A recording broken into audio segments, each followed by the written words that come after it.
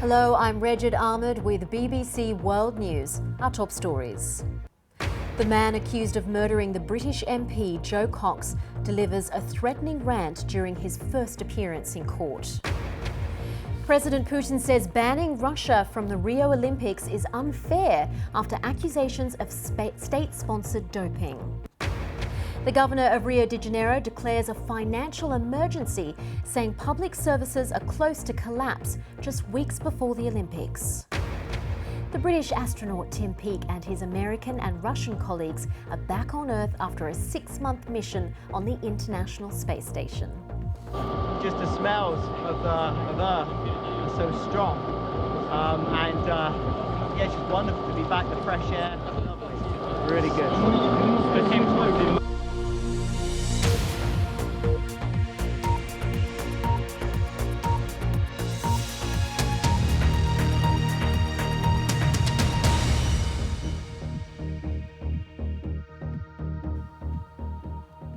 Hello and welcome. It's a killing that has shocked Britain, and this morning the man charged with murdering the British politician Jo Cox has appeared in court in London. 41-year-old MP Jo Cox from the opposition Labour Party was attacked outside her constituency office in northern England on Thursday. Her death has led to a suspension in campaigning for next week's referendum on EU membership. Thomas Mair, who's 52, was arrested shortly after the gun and knife attack. At a hearing before magistrates this morning, he refused to give his correct name. Daniel Sanford reports. Well, joining me from Moscow is the BBC's Oleg Boldarev. Oleg, first of all, can you tell us, is this reaction from President Putin expected? Well, yes, Russia's been saying all along that it has problems with doping, but it needs to be dealt with at the level of individual athletes and coaches, and the Russian sport shouldn't be punished collectively. I must say what President said is quite mild compared to some of the comments we got in the morning papers. And there has been some positive news in that the International Athletics Federation and WADA have said that Russia is making changes and it is reforming as well. So is that a sense that there is an acceptance in Russia that there might be a problem here? Well, Russians accepting the problems are there. I think it's the question of whether the glass is half full or half empty. A Russian sports minister was saying that the state is doing all it can to cleanse the sport, but it's a continuing process. It can't be done overnight. Well, of course, we know that the WADA report just a few days ago directly placed the blame at the Russian state for example, for not letting the inspectors to go at some of the venues, for the athletes mysteriously disappearing from the stadiums where they were supposed to be tested, and the IAAF saying that some things are being done, but it's not enough. Of course, this view is not supported by so many in Russia. Oleg Boldarev, thank you very much for joining us. The Brazilian state of Rio de Janeiro has declared a financial emergency less than 50 days before the Olympics. Governor Francesco Dornelles says the crisis could stop the state of Rio from honouring its commitment to put on the Olympics and the Paralympics. Rio Transport and Policing of the Games. President Michel Temer, who visited Rio this week, said he would ensure all obligations were met. Julia Canero has more from Rio. Well, let's get more now on our top story about the murder of the British politician Jo Cox. Well, our correspondent Daniel Sanford is outside Westminster Magistrates Court, where the man charged with her murder has just appeared. Daniel, can you tell us more about what happened in court today?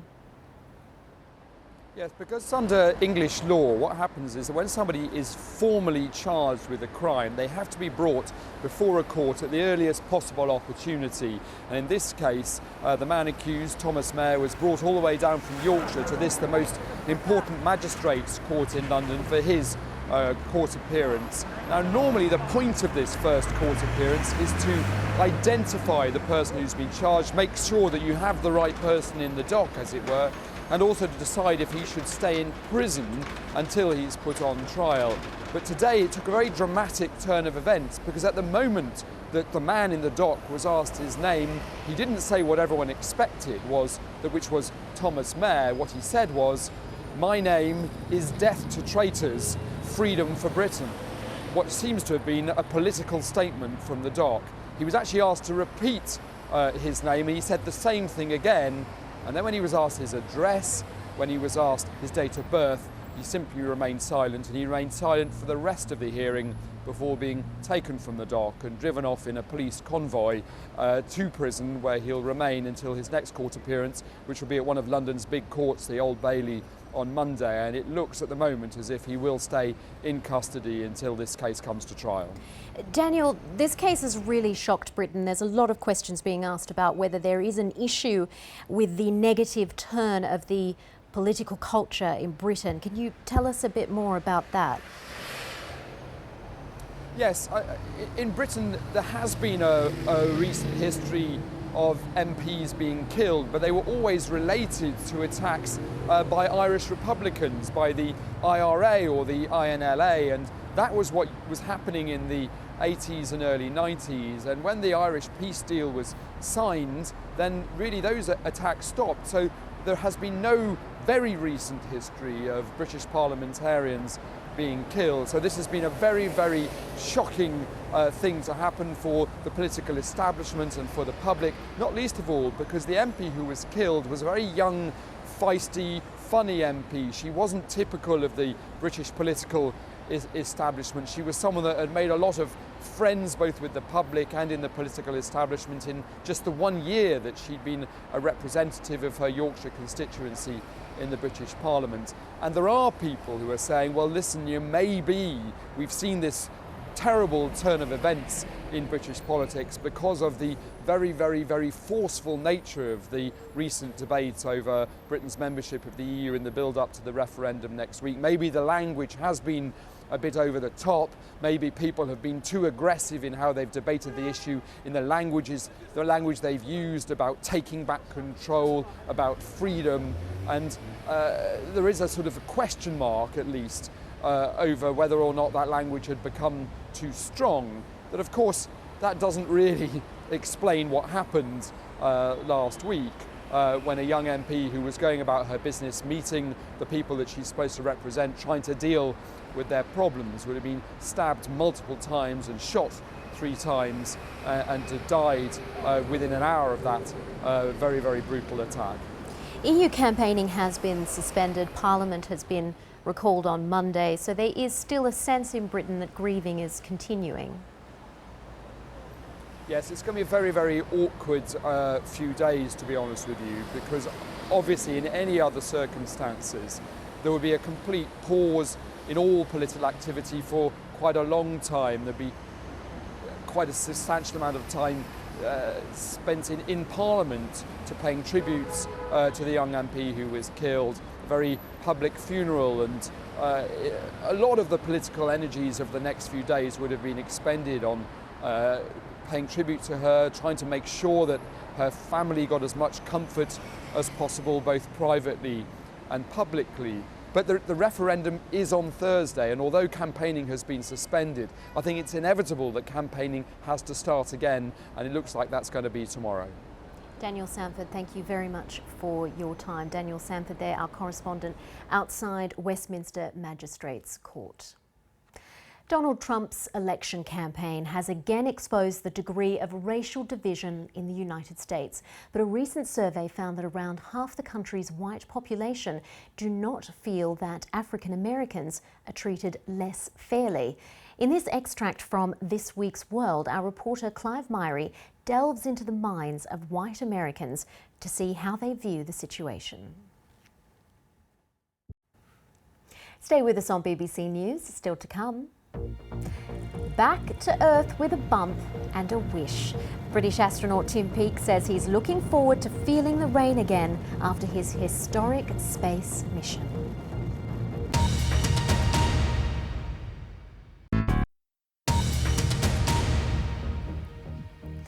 This is BBC World News. I'm Regid Ahmed. The latest headlines. The man accused of murdering the British MP Jo Cox has delivered a threatening rant during his first appearance in court. President Putin says it's unfair that Russian athletes remain banned from international competition, including the Rio Olympics, over doping allegations. The British astronaut Tim Peake has described his journey back to Earth in a Russian Soyuz capsule as the best ride he'd ever been on. He was speaking after returning from a 6-month mission on the International Space Station with colleagues from Russia and the United States. Major Peake said he would miss the view, but it was good to breathe fresh air again. The BBC's Palab Ghosh has the latest. Well, with me is Rebecca Morell, our science correspondent for BBC News. Rebecca, you were watching the moment Tim Peake landed in the capsule with his colleagues. Can you give us a sense of what that was like to watch? It must have been an electrifying moment. Yeah, amazing to watch. I mean, can you imagine being Tim Peake and his 2 crewmates inside? This is quite a descent. You know, you've got a spacecraft travelling at 28,000 kilometres an hour, 400 kilometres above the Earth. You have to get that to enter into the Earth's atmosphere by this crazy braking manoeuvre where you essentially put on thrusters to burn. And then you're plummeting through the Earth, the air's heating up, reaches 1,600 degrees Celsius, parachutes fire up so you're jolting all about, and then suddenly you thump onto the ground. But when they came out, I mean, they look remarkably cool and calm and collected. Tim Peake especially, I mean, given that this was his first time in space, Tim Kopra, the NASA astronaut, this is his second, Yuri Malenchenko, this is his 6th time in space. I mean, he was cool as a cucumber, but for Tim, I was wondering if he'd look a bit kind of dazed and confused, but, you know, he looked very, very cheery. It's not unusual in this day and age for astronauts to go up into space and come back down again. But for Britain, this has been quite momentous. Can you explain why?